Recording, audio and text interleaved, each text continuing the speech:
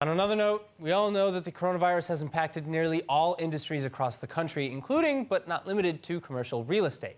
But we brought Eyal Katz, our real estate specialist, to speak more on the topic of office rentals and how they've been impacted by the plague. Eyal, thank you so much for being with us today. Hi, Ivan. Shana Tova. Shana Tova. So, all right, we want to know about the commercial real estate industry and how that has suffered under this pandemic, considering a huge portion of workers are actually now working from home. Yeah. Well, the commercial industry was the most affected industry regarding to the retail that is still stable. If we look at shops and restaurants, when there's a lockdown, they're the first to be closed and they're the last to be opened. If we look at offices, companies now understand that they can settle for less meters. And they don't, if they have like a 500 meter office, they understand that they can settle for 200 meters office.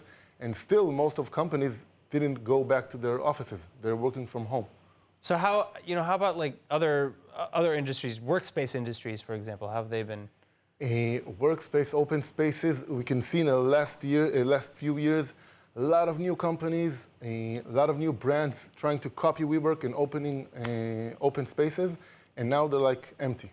So why are they empty then? The main reason is because of the contract. If I have a regular office, I sign a contract for, let's say, 3 years to 5 years, so I'm obligated for 5 years. In the open spaces, the contract, you can give a 30 days notice and you can drop it. And you can drop the contract. So when the pandemic started, all the offices that had open space gave a 30-day notice and they're not obligated. So like in a couple of months, they were empty.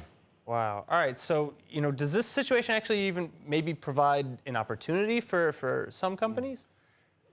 Or for investors, sure, maybe. But I still don't know because everybody you speak to, you have different opinions, and we don't know where this market is heading yet.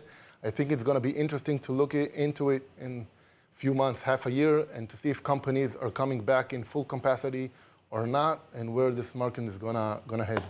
Oh, another interesting thing to note is the United Arab Emirates deal, the Abraham Accords that were just signed. Yeah. How might that actually impact the market? Oh, that's going to be really interesting.